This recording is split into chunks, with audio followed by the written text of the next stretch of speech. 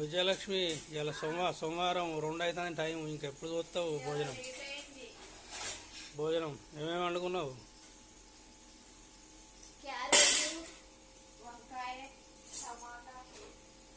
అన్నీ అనలేదు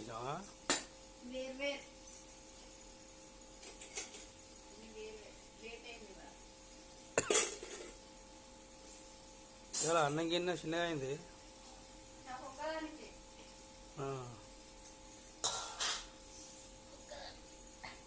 సార్కి ఏం చేసినావు మరి? సార్కు గడక పోసిన. హాయ్ ఫ్రెండ్స్, సోమవారం ఒక్క పొద్దు వేడి వేడి అన్నం